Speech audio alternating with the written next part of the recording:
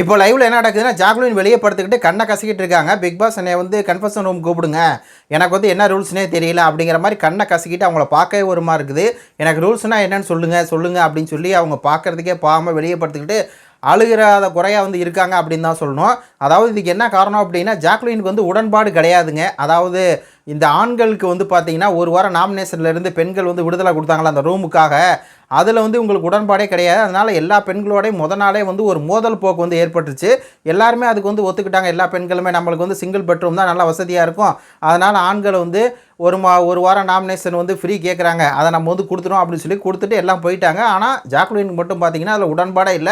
கடைசி வரை ஸ்டாண்ட் பண்ணிக்கிட்டே இருக்காங்க. எல்லாத்துட்டயும் போய் சண்டை போட்டாங்க. இருக்கிற எல்லா பெண்கள்ட்டயும் போய் சண்டை போட உடனே வந்து சுனிதா சொல்றாங்க, 106 நாள் அதெல்லாம் வந்து வெளியே படுக்க முடியாது. அப்படிதான் படுக்க முடியும். அதனால தான் நாங்க வந்து தனித்தனி பெட்டை வந்து போட்டோம் அப்படின்னு சொல்லி சொல்ல, உடனே ஜாக்குலின் சொல்ல, நான் இங்கே கூட படுப்பேன்.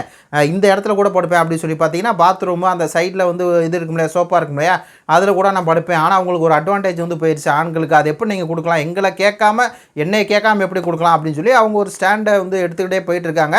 அதனால ஒரு கட்டத்துக்கு மேலேன்னா எல்லாருமே சீப்போ நீ வந்து என்னமோ பண்ணிக்க, எங்கேயோ வெளியே கூட படுத்துக்க அப்படிங்கிற மாதிரி ரொம்பவே அவங்கள உதாசீனப்படுத்திட்டாங்க. இந்த பக்கம் வந்து பார்த்தீங்கன்னா, ஃபேட்மேன்ட்ட போய் ரொம்ப நேரம் பேசிருந்துச்சு. ஃபேட்மேன் ஆண்கள்ட்டே அவங்களும் சொல்லிட்டாங்க, நீங்கள் எங்கள்கிட்ட சொல்லி ஒன்றும் பிரயோஜனம் இல்லை. எங்களுக்கு வந்து இந்த மாதிரி சம்மதம் செஞ்சு அங்கே இருக்கக்கூடிய கேர்ள்ஸ்கிட்ட போய் கேளுங்க. எங்களுக்கு வந்து ஒன்றும் தெரியாதுங்க. எங்களுக்கு வந்து அந்த ஆஃபர் வந்தது தான். நீங்கள் எங்களை நாமினேஷன் ஒரு வாரம் பண்ண முடியாது அப்படின்னு சொல்லிட்டாங்க.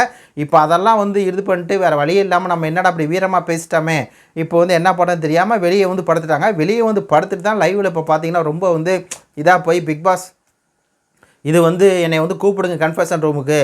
எனக்கு வந்து ஏதாவது ஒன்று சொல்லுங்கள். இது வந்து எப்படி நான் வந்து உள்ளே போய் படுக்கலாமா வேணாமா?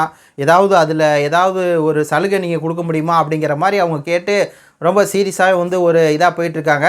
ஆனால் ஒன்றே ஒன்று மட்டும் இப்போ ஜாக்குலின் பேசுகிறது வந்து யாரோ ஒரு ஆங்கர் பேசுகிற மாதிரி நம்மளுக்கு வந்து ஞாபகப்படுத்துது. ஆனால் நான் அதை வந்து ஓரம் கட்டி வந்து வச்சிடணும். ஏன்னா நம்ம அவங்க மேலே இருக்க ஒரு இதில் வந்து இவங்கள நம்ம இது பண்ண வந்து கூடாது அப்படிங்கிறதான் பார்க்கலாம். இது குறித்து உங்களுடைய கருத்துக்களை சொல்லுங்கள். நன்றி, வணக்கம்.